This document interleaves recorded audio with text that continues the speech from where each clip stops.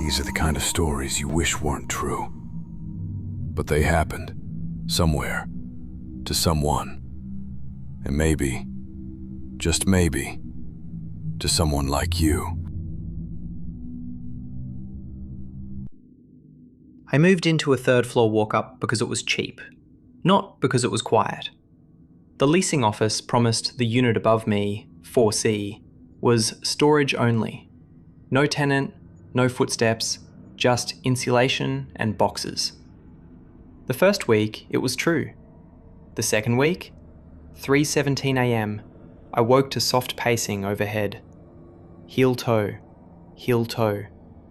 Measured. Careful. Too careful.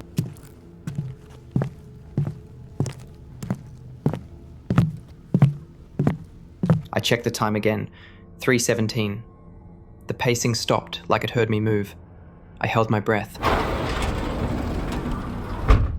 I told myself older buildings settle, pipes ping. But the next night, 3:17 on the dot, it started again, and ended the second my phone's flashlight hit the ceiling. Same thing the third night. On day 4, I went to maintenance. The guy, Oscar, looked annoyed. "No one's in 4C, it's sealed. I'll prove it." He let me follow him up the stairs, jangling a ring of keys.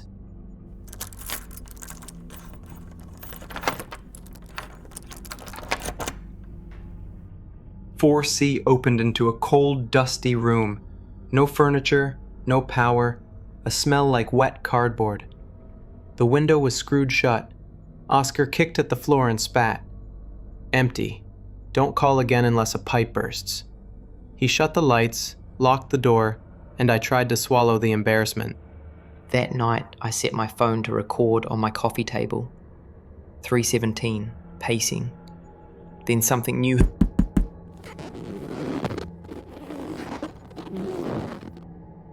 When I played it back in the morning, I realized the sound wasn't footsteps. It was weight shifting, then paper sliding, like someone slowly moving photographs. I pushed a broom handle into my ceiling vent out of frustration and hit nothing. Just open duct. Dust plumed down. That's when I noticed the ceiling register above my bed was loose, 2 screws missing. I climbed on a chair and angled my phone up for a photo. The flash lit something white tucked back in the duct. I pulled it free, a supermarket receipt. For duct tape, a box cutter, and disposable gloves. Dated 3 days ago. I didn't sleep that night. I dragged my mattress into the living room and stared at the ceiling until dawn. At 7, I marched to the office. The manager shuffled files. No one has access to 4C except maintenance. I showed the receipt. She blinked. We'll change the locks. They didn't. The next night at exactly 3:17, the pacing began again, but this time it moved towards my living room, directly over where I had moved the bed. I heard tape peeling, then a faint click. My smoke detector? No, the return vent over my couch. A sliver of darkness where a grill should be.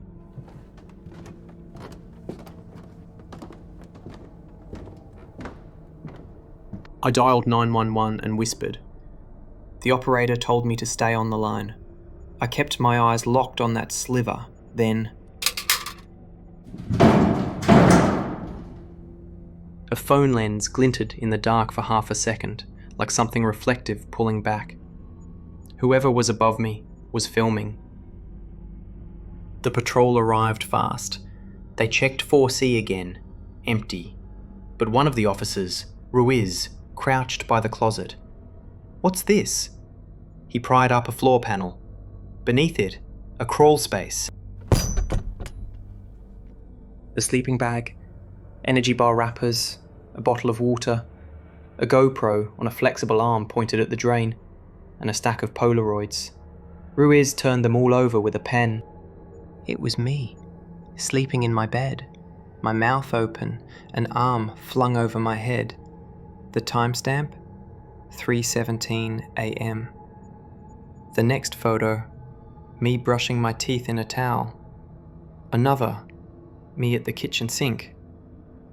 Then one I couldn't place. It was my front door, slightly ajar, a hand in the frame, gloved, holding a metal shim. They processed the crawl space, dusted prints, took the camera. There were hours of footage through the vents, all from the last 2 weeks. The last clip was recorded 20 minutes before the cops arrived. You could hear my door chain rattle softly from above. You could hear me breathing in the living room. You could hear the intruder, a whisper so quiet the tech had to loop it for me later. What he whispered wasn't my name. It was 3:17, like a ritual, like he was timing my sleep.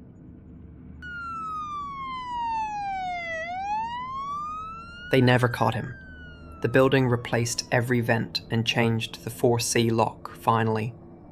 I moved, but I still wake up at 3:17 a.m. most nights, without an alarm, without fail, to a silence that sounds like someone holding their breath just out of sight.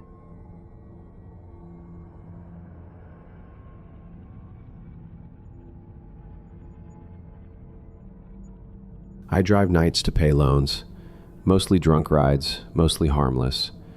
The rule is simple: never say the rider's name first. They should say yours. At 2:06 a.m., outside a downtown bar, a guy in a gray hoodie slides into my back seat before I can verify. "For Tom?" he slurs. I'm Tom, so I nod. He buckles, then leans forward. "Can you take the back way?" "No highways."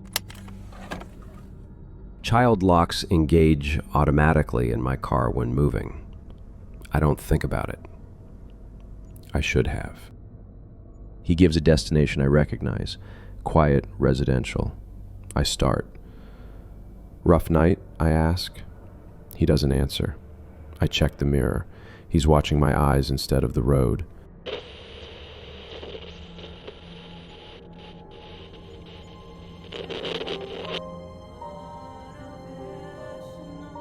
Two turns later. "Missed it," he says. "Turn left here." It's an unlit service road. The app reroutes but stays blue. I glance at the mirror again. The hoodie's drawstrings sway with the motion. He's smiling, but not at me, like he knows something ahead. We pass a closed gas station. He taps the glass once, like a signal. "Stop here," he says suddenly. "I need the bathroom."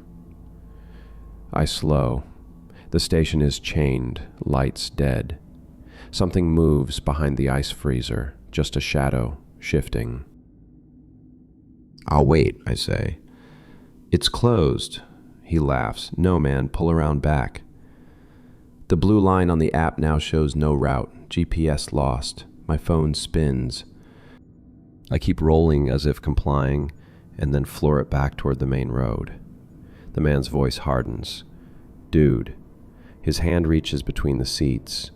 Cold metal kisses my ribs. Not a gun, a box cutter. Blade not extended. "You're making this weird," he says. I say, "I'll stop at the 24-hour station 2 blocks up." He leans back, casual. "Good." I see the station lights like a miracle. I jerk in and brake next to the pumps. "We're here." He doesn't move. "Child lock," he says softly. I hit the unlock and get out first, raising both hands like I'm stretching, scanning for anyone. The cashier inside sees me wave and lifts a hand back. The hoodie opens his door, slow, then stops. He stares past me into the store, then back at me. His smile lifts higher. He closes the door again. "Nah," he says. "Let's go around back." Not happening. I walk into the station without looking back. The cashier, a woman in her 50s, eyes the car. I whisper, "Call the police. He has a blade." She nods and reaches under the counter. I buy gum with shaking hands. When I step back outside, the car is empty. The back door is still ajar. I exhale. Too early. Because my passenger seat is reclined now. A second hoodie, a woman, unfolds from it like a spider, hair tucked into her cap. She was there the entire time. She slips out the front passenger door and strolls toward the darkness beside the car wash. The man follows her from around the pumps. They don't look at me. They look at the car. Police arrive fast. The pair is gone. An officer checks my rear floor mat. You see this? It's a strip of duct tape stuck lightly to the carpet, sticky side up, like a test pad for fibers or hair. Another piece under the headrest, another on the seatbelt. The officer says they've seen this once, with crews who collect DNA to make fake stalking cases, mess with people's lives, or worse, return later with keys cut from quick photos of your ignition. Back home, I check my dash cam. The backseat angle shows the man reaching between the cushions, pressing tape, then palming it. At the station, when I walked in, the woman leaned into my open driver's door for 2 seconds, like she was adjusting the seat. Freeze frame shows her phone pointed at the keyblade in my ignition. If I hadn't gone inside, if I'd pulled around back, I don't finish that sentence. Now I drive with a fixed rule. If the blue line dies, the ride does too. And when a stranger asks me to say their name first, I end the trip. None of my passengers have argued, at least none I kept in the car.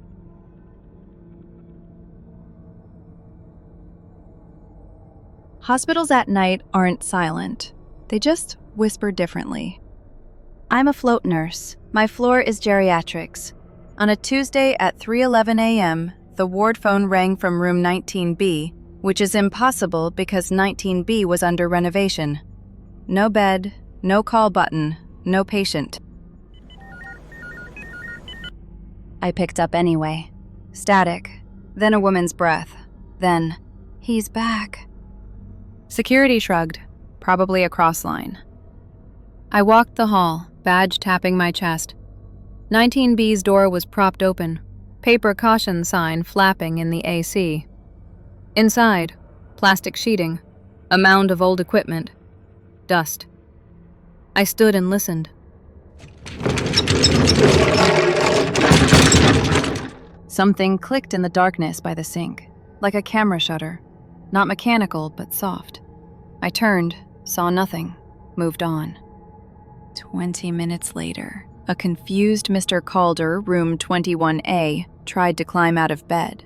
As I studied him, I noticed his wristband was new, freshly printed, edges crisp. But we hadn't admitted anyone at night.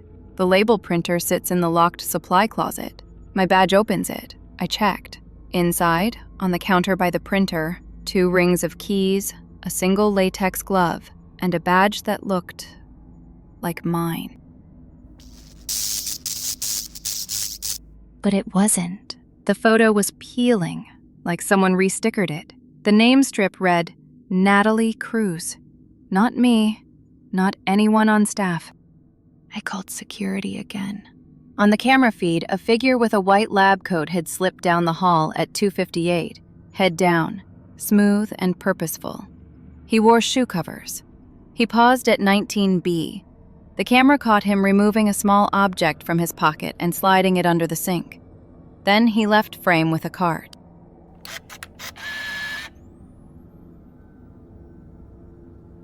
We searched 19B. Under the sink, we found a phone taped to the drain pipe, set to auto answer and speaker. Someone could call room 19B by dialing that phone and listen to the entire hall.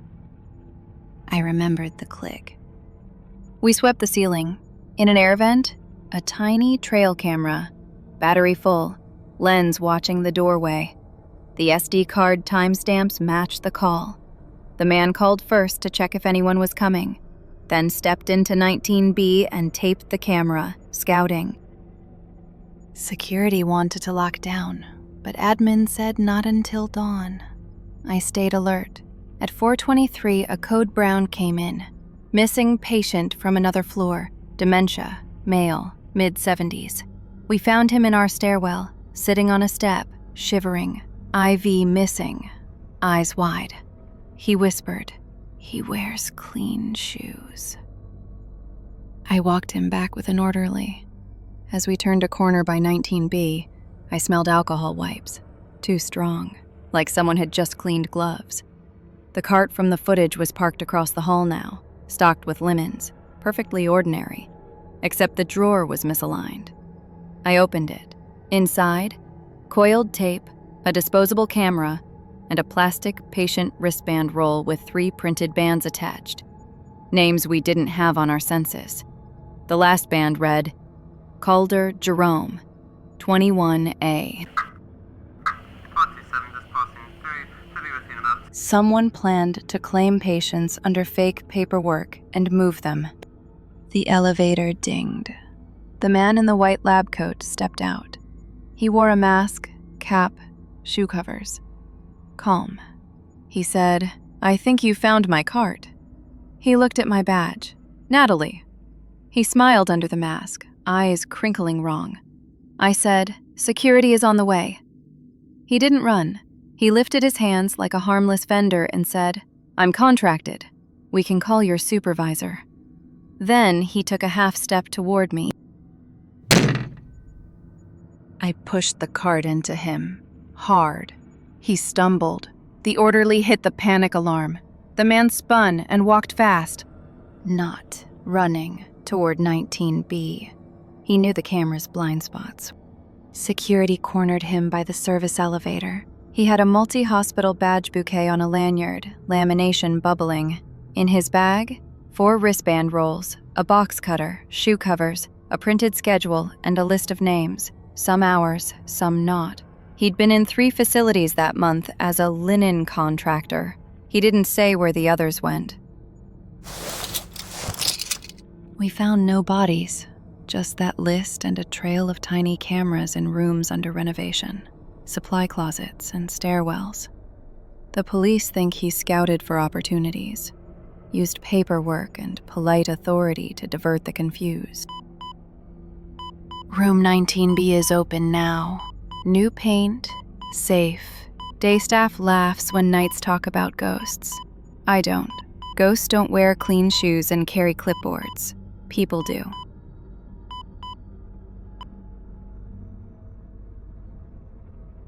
I took the sublet because my own lease ended suddenly. A month to month. Cash discount. Landlord named Vince who texted from a prepaid number. The studio had a weird full-length mirror bolted to the wall by the bed. The first night, condensation bloomed around its edges like breath. I thought it was humidity. Then I noticed the mirror wasn't flush. The bottom left corner lifted a few millimeters. On day 3, a motion alert pinged from my own cheap camera facing the front door at 2:38 a.m. I slept through it. In the morning, I checked the clip. A thin beam of light slid out from the mirror's edge, like a door cracking open in a pitch-black room, then vanished. The front door never opened. The kitchen window never moved.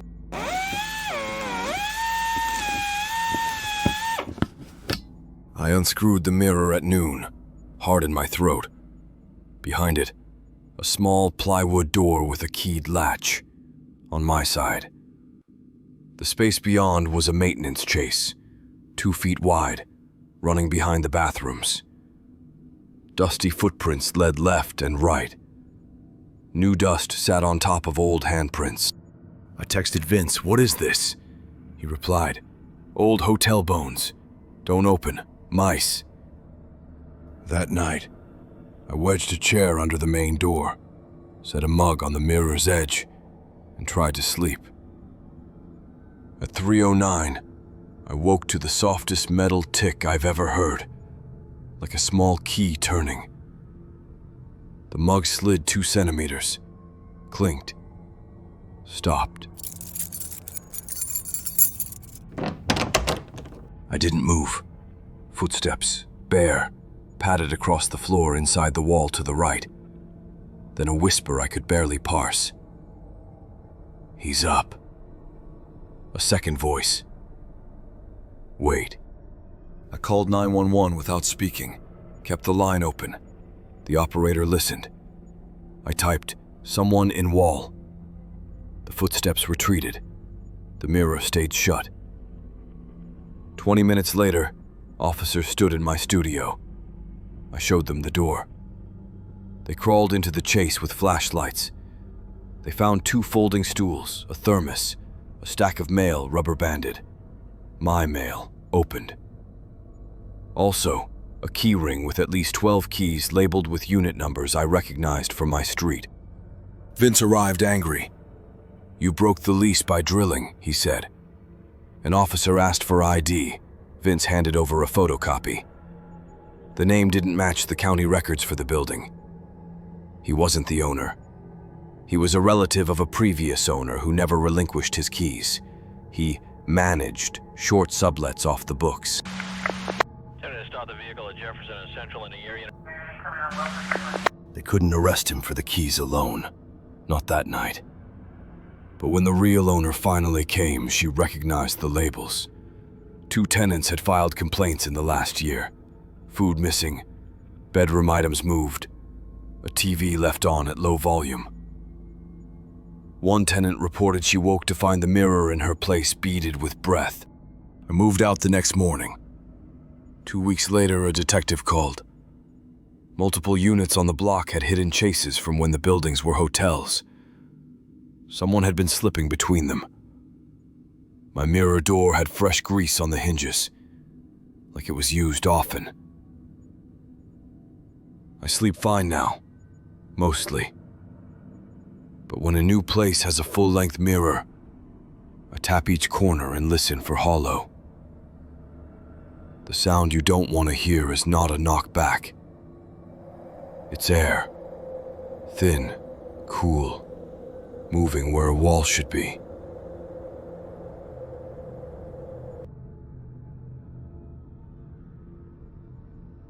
My door lock jammed on a rainy Sunday. I Googled 24/7 locksmith and called the cheapest ad. A van arrived in 10 minutes. No company name, just emergency services. The guy, Eli, looked normal. He popped the lock fast, replaced the cylinder, took cash, and left 2 spare keys in a little zip bag. "Keep one with a friend," he said.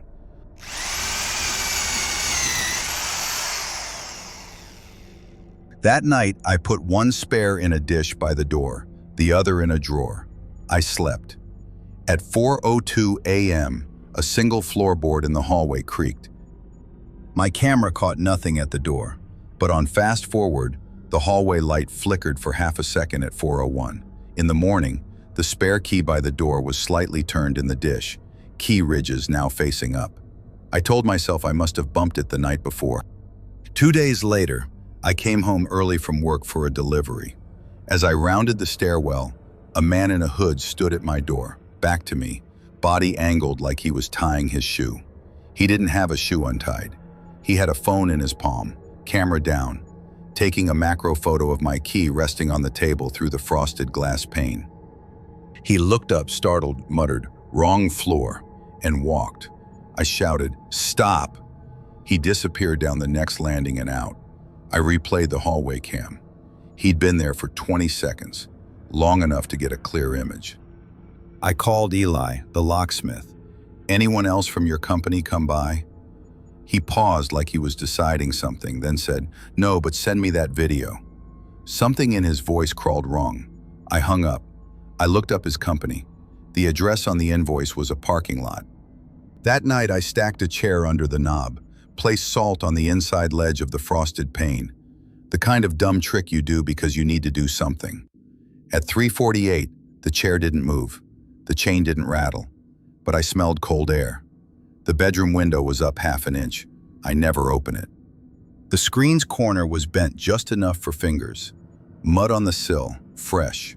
I dialed 911 and waited in the bathroom with the shower on to mask the sound. I heard fabric whisper against the hallway wall outside the bathroom. like someone rubbing their shoulder on paint to avoid squeaks. Then silence. Police found nobody inside, but they did find tiny circles of clear tape pressed under the lip of several surfaces. The keys dish, my dresser, even the inside of my closet door. Each tape circle held fibers. On the hallway cam from an hour earlier, a shadow moved past my peephole, stopped, then backed up, like the person realized the peephole was a camera, not a lens. A detective later told me about an old scam with new tech. Locksmith Ring replaces your cylinder with a model they stock, records your key ridges on video, or steals a spare briefly, then 3D prints a copy. They collect fibers to prove occupancy for timing, and sometimes stage a fake break-in weeks later, so you think you were just unlucky, not targeted. I replaced everything: deadbolt, strike plate, hinges. I moved. 2 months after, my neighbor from the old place texted a photo. A white van idling at our curb at 4 a.m., no plates. The driver sat still for 20 minutes, right under my former window. Locks aren't a feeling, but being watched is. It stays even when the hardware changes. I keep my spare key on me now. The dish is empty. It looks wrong that way, like a missing tooth you can't stop touching with your tongue. You've reached the end. But endings don't always mean safety. Because sometimes, the story doesn't stop when you stop listening.